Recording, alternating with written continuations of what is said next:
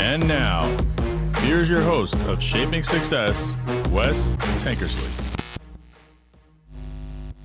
What is up, everyone? Welcome to Shaping Success. I am your host, Wes Tankersley. If you can do me a big favor right now, if you're watching this live on Facebook, please do a watch party. If you're listening to it on the podcast, please like, share, and review it. Help me to grow the show and reach more people. This is episode 39 with our guest, Lee Ann Faria. She's a founder of PodSpout, a promotional link page builder for podcasters. She's what she describes as a tech geek, but there's so much more to this story. Lee Ann, welcome to the show. Thanks so much, Wes. Happy to be here. Hey, it's good to have you here. And we're talking a little bit before the show and learning more and more about you, other than the little short bio that you sent me, which there's a lot going on there. You are a teacher, it sounds like, during the day, but then you have a bunch of other things going on in the background. Can you tell us a little bit about yourself? So yeah, actually, I'm a special educator. I'm a speech language pathologist by day and the founder of a tech company by night. Of course, I have a family and everything else. It's a job of kind of switching roles with a bunch of different hats. And yeah, it definitely keeps me on my toes. I feel like I'm just one of those people that's always had a million irons in the fire, and they all don't really seem to be incredibly related to one another. But, I think once you dig really deep down into the motivations and everything behind it, it seems like things are a little bit more connected than they were on the surface. I was trying to look through some of like your educational background and how that all connected, because you started out, it sounds like, in music, which music Correct, has a lot to do with speech and things like that. And then you ended up in speech pathology, right? Is that correct? And then also a little bit of psychology as well, right? They're all interconnected. They all work together a little bit. Yeah, there's this kind of undercurrent of communication, sharing a message, and then, just a little bit of geekiness in there too, because I really like to fiddle around with things and take things apart, put them back together. So do you have your own instructions and see how it goes? Oh, yeah. Right. It's the engineer side right there. Yep. So do you currently have a podcast as well, or do you just work with PodSpout? I just currently work with PodSpout. I had a podcast. Actually, I started one, I want to say it was probably close to 2 years ago at this point. And I had it for maybe 6-7 episodes. And then I went through that typical pod fade where I was like, really sure, am I reaching anybody?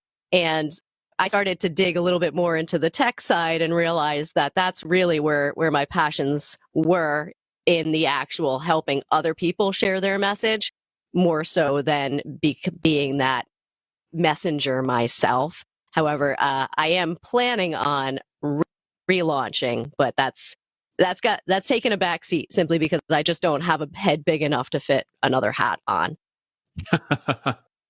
Yeah, with two small children and helping special education kids during the day, I assume that's pretty takes a lot of your time. I was a former teacher before, yeah, it really and I kind of know how that goes. Yep. So once the kids go to bed, I have to use my quiet voice, and it's not really conducive to podcasting at that point. Yeah, I know exactly what you're talking about. I have a 7-year-old as well, and I've kind of morphed this room that I'm in, my office, into kind of a podcast studio, but they're on the other side and I can hear them frequently. So I know, and I'm always like, hey, you got to be quiet right now. You can't talk too much. And it doesn't always go the way that I would like it to. Yeah, it's always a balance. Let's talk a little bit about PodSpout, because I think that it's a really cool product that you have. I used Linktree before I got in contact with you on my page to just kind of try and direct traffic everywhere, but it's not as cool as this. What gave you said you dabbled and you kind of like feel like you're a tech geek. What gave you the idea to come up with PodSpout? Well, prior to coming up with PodSpout, I was doing Webden for a number of years, just on the side as a way to kind of make some extra money, for the holidays, and just because to satisfy that creative builder in me. And so I started doing that. And when I started my podcast, created a website to go along with that. And then I started realizing, the website itself is great, but it's not really serving the purpose of building an audience, right? Like it's just like this digital magazine where, you're showing what you have, but it's not really meant to convert or achieve a number of different goals as it is. So that's when I started thinking about how can we help podcasters share their messages in a way that reflects them as a creator. They could go to, like you did, Linktree, but I wasn't really excited about that idea. It seemed really bland, really boring, kind of like, if maybe I owned a grocery store, I could have a Linktree, but it didn't seem like anything that was going to affect like a video, right?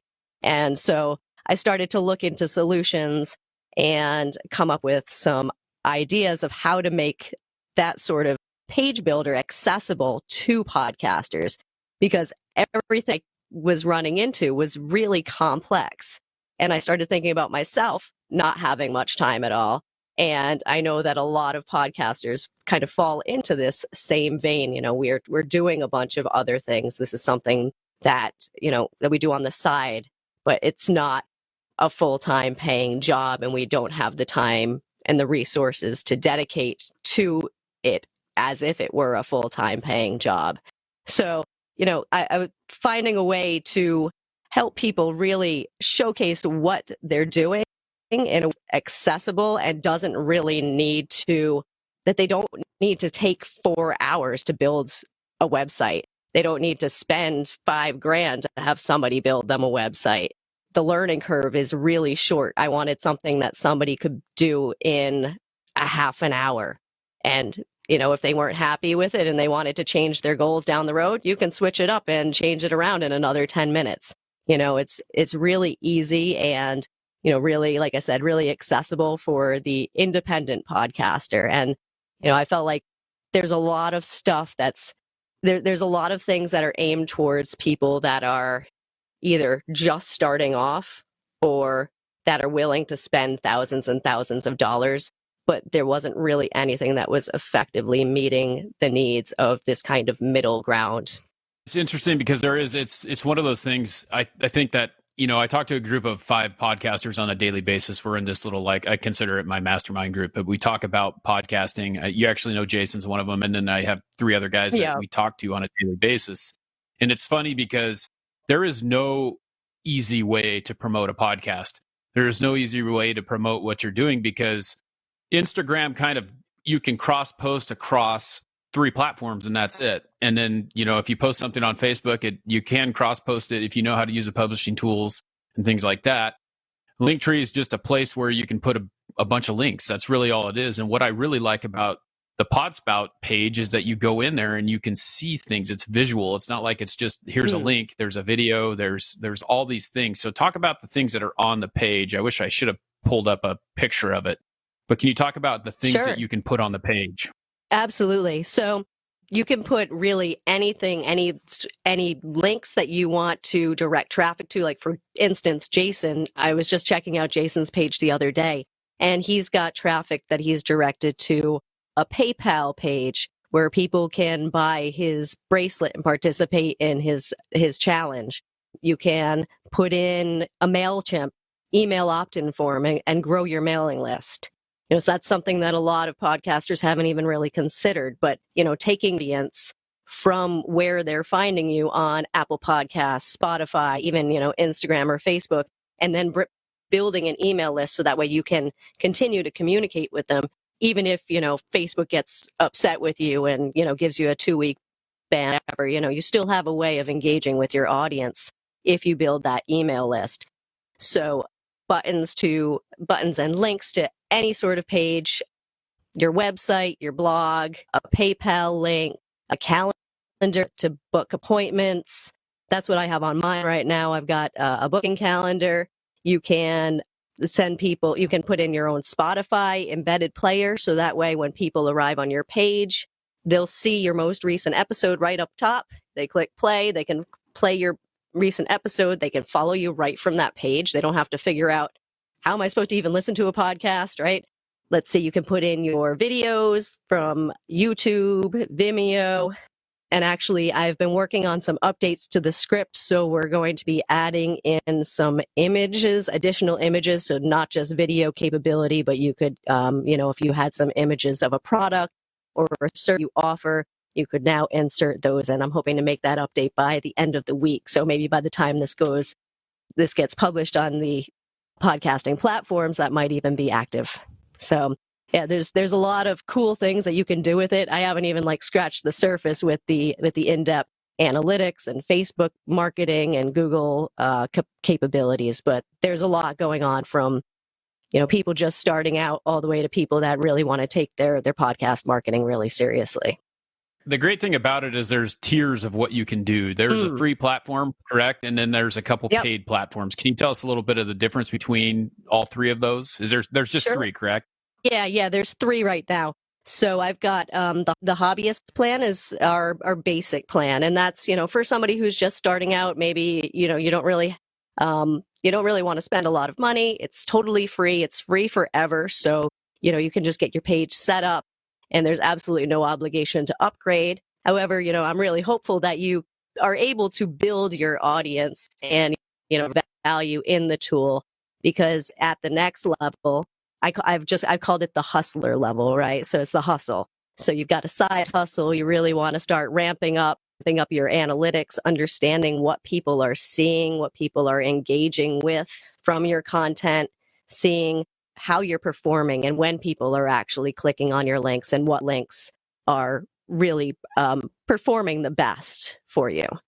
And then the next level is the business level. So if you're, taking your podcast to the next level, you really want it to be a business and start being profitable for you, this would be the next step. So integrations like Google Analytics, Facebook Pixels, and this really opens up a whole slew of additional marketing capabilities.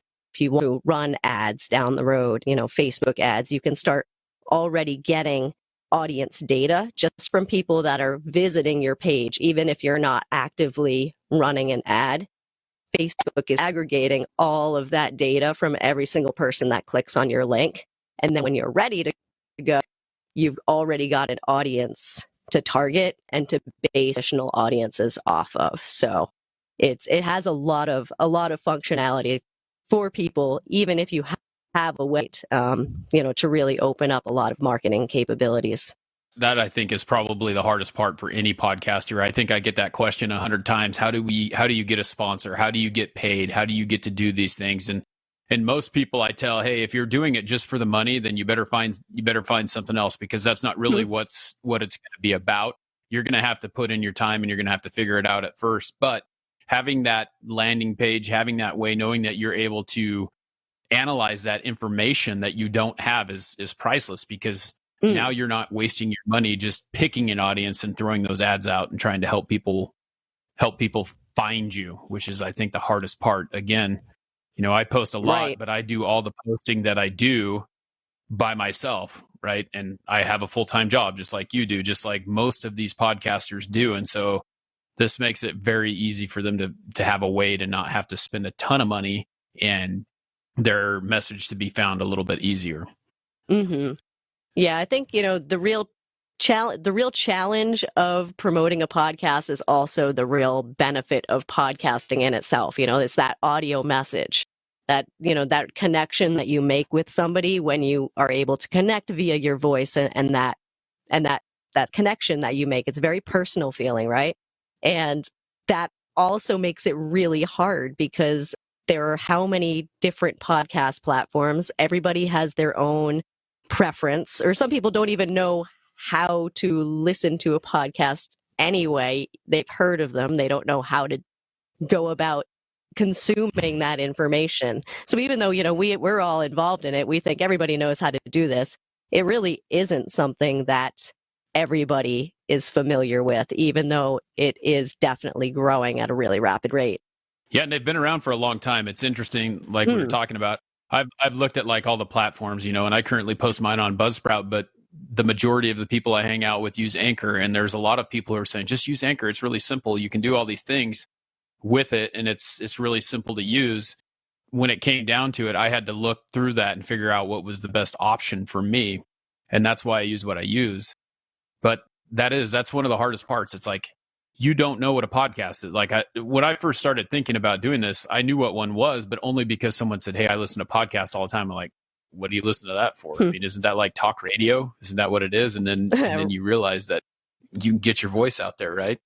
But yeah, that is one of the toughest things, I think. And that's why every single time you post something on social media, you have to go, "Hey, look at the link in my bio," to get to it and make it easier. Mm-hmm. So the nice thing about PodSpout is you look at it and it's visually pleasing, unlike Linktree, where it's just a couple boxes here and you just click on that.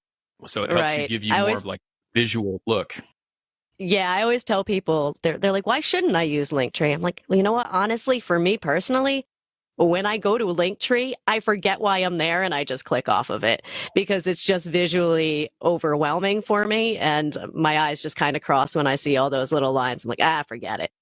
It definitely is. It's a great product, and I really enjoy the working relationship that we're going to have with this. It's something that I think it makes for someone like me who doesn't know how to design a website to be able to set something up like that and have a landing page for people to go to find what you're doing. And it really does. It's really a web page to me. It looks just like a web page, if you look at it.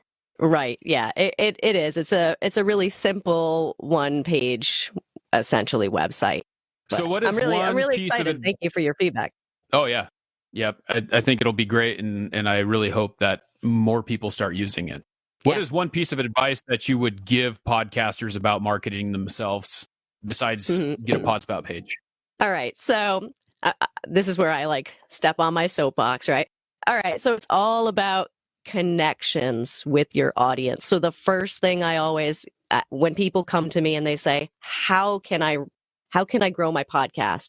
And I always ask, who's your audience? And usually the question is, I guess guys, maybe everybody.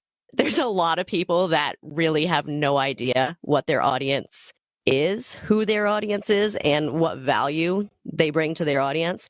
And, that's fine for a certain sort of podcaster, right?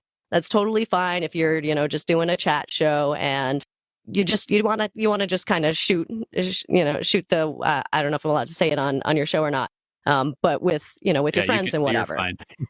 All right, cool. So if you want to shoot the shit with your friends and stuff, but if you want to treat this like a business and you want to treat it like something that you want to nurture and grow, then you have to feed it the right food, right? Like just like a plant, you're not going to pour a whole bunch of root beer on it. You've got to find the right food to feed it, and that food is your audience. And if you don't know what food or what audience you're supposed to be actually nurturing and growing along with your show, then you're just out of luck. So, the first thing I always say is know your audience, get involved with your audience, have relationships with your audience, talk to them. Don't show up in their DM with, hey, here's my new episode. Go ahead, check it out. It's like we've never even said hi to each other before. Why are we going to go get married? I don't have a half an hour to go listen to some random dude's cast. But, I do have a few minutes to have a conversation with you, and I'd love to get to know you and what your goals are, and then I might consider listening to it. That's my soapbox is, it's about the relationships. Like I said, it all goes back to the benefit of podcasting is that relationship. And then it seems like a lot of podcasters forget about that as soon as they're done with the mic. They're like, all right, I had my relationship. I talked to everybody. But no, that relationship still has to continue after you step away from the mic and when you start promoting your show. Yeah, and I love the insight on that because I think that the biggest thing, like you said, is I see these in these podcasting groups on Facebook all the time. Hey, I want to start a podcast. Someone give me something to talk about. And you're like, what? You want to start a podcast? Why do you want to start one if you don't know what you want to talk about? And you don't, you need to define who that audience is, and it's funny because people don't put a lot of thought into it. And I think that with COVID, it's been kind of crazy because there's a lot right now because they don't have anything better to do. They're sitting at home and they want to find an outlet for their creativity, and it's an easy place to go. Anyone can get a mic or get on their smartphone on Anchor and do a podcast. The quality of that needs to change over time, I think. And that's the big thing is I don't know that people quite get that yet. So finding your audience is a great way to put it. Right. And, I mean, I think it's really we're back where blogging was, 15, 20 years ago, when everybody just thought that you just had to talk about, your day. Hey, today's Tuesday. I took a shower and fed my cat. Like, now bloggers know that that's not what people want, but it took years and years and years for that shift to happen. And I think, we'll see that shift happen with podcasting as well, but it's just still new enough that people kind of treat it like their own personal digital diary, so to speak. And it's funny, I've heard that a lot too. I've heard them say, I don't do this for other people. I do it for me. And it's like, okay, well, if you're going to do it, if you're not doing it for other people, then why are you taking the time to post it so that everyone can see it? It doesn't make a whole lot of sense to me. Right. So you talked a little bit about like goals. You said goals, and that brought up a good thing or an important point to me. So what is the goal of PodSpout in the future here? Say, what is your goal in a year from now? Oh gosh, that's a great question. So, as you know, I am doing this as a side hustle. And it's not a side hustle. It's a business. I treat it like a business. I've invested a lot of time and a lot of money into this business, but it's not my full-time business, and I think that's something that a lot of founders get. It's a situation where we're in, where we have like one foot in one thing and we've got the other foot in our business. So, the big goal would be to really step through that doorway and, make that full transition to, full-time founder and CEO. But, it's a long road, and, the stats are, 3 years it's going to take to, for a lot of founders to really step into their business full time. That happens. And so I'm really hopeful that I would love to see that happen in a year, whether or not it happens in 1 year or two, but it's on the horizon, and it's a goal, and I'm making those steps towards it a little bit at a time. You can't make those steps without having that goal. So you gotta have somewhere to start, and you have to be working towards it every single time that you can. My last guest was from a brand called Oh My Apparel, and Oh My means out hustle my yesterday. So that's what you just got to do. Keep hustling every single day. And it sounds like you're working on that. That's right. Yeah. Consistency, right? It's all about being consistent. Those little steps add up to big steps. You can't expect to just take, 3 big jumps and be there. That's not how it works. Right. Yeah. And you have to be patient too. I think that's the hardest part for anyone right now, is that patience of waiting for it to happen and having a realistic outlook on what it's going to take to make it happen. Because that's not the story you see, right? The story you see is that overnight, you see that moment where it drops, and oh my gosh, the transformation, the life has changed.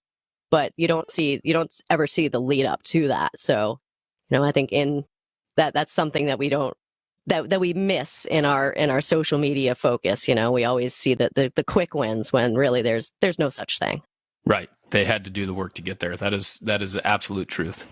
And that's the hard part, is they always, like you said, they always see that. They see the end result. They don't, or the middle, or where the success has happened, but they don't see what it took to get that success.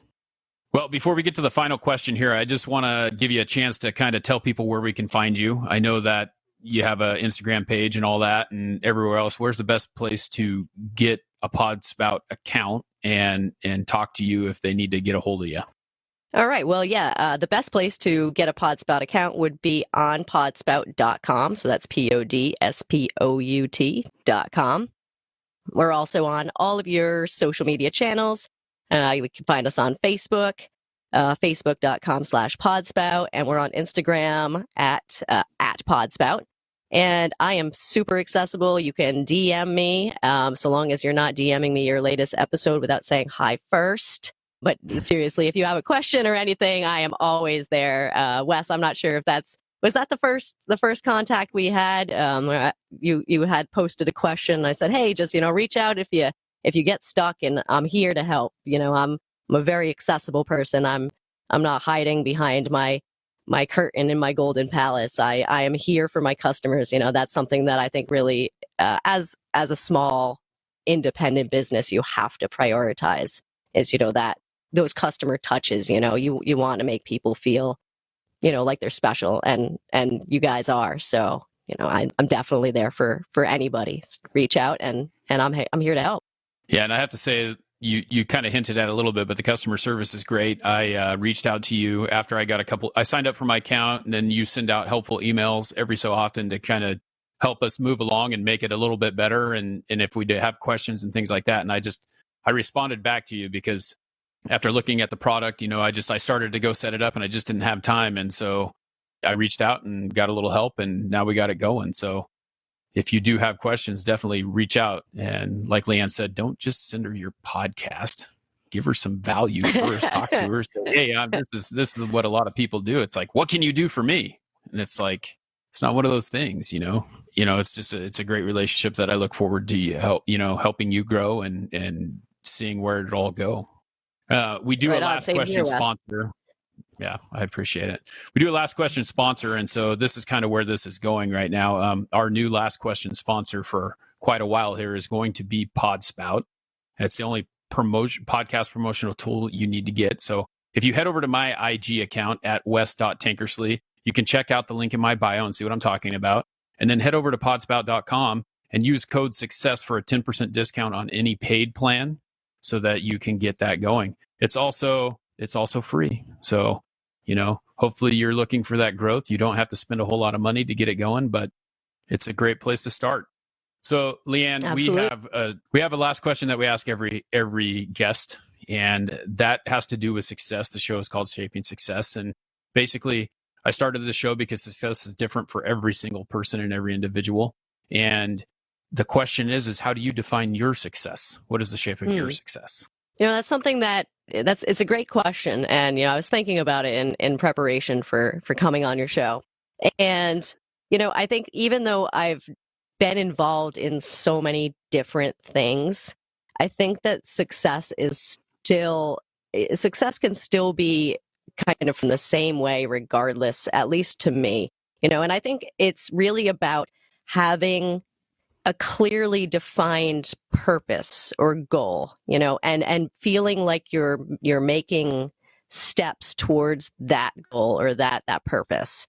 And really when you're doing that, when you have that focus and you have that aim in mind and you're moving along, even if it's maybe not at the exact rate that you wanted, I think that in itself is success. Being able to walk that path that you have decided is the path for you, because it is really about the journey. I don't think that success is an end point at all. I don't ever see myself saying, that's it, I'm done, I'm successful, and now I can just, quit, because I think it really is, it's a process. And with that goal and that clearly defined objective, then you are being successful just on your way there. I really like that, the fact that success is never ending. People don't typically think that because they always they set that goal, and when I reach there, it's like, oh, I made it. Well, what's next? You can't just be done. Right. I really appreciate that view.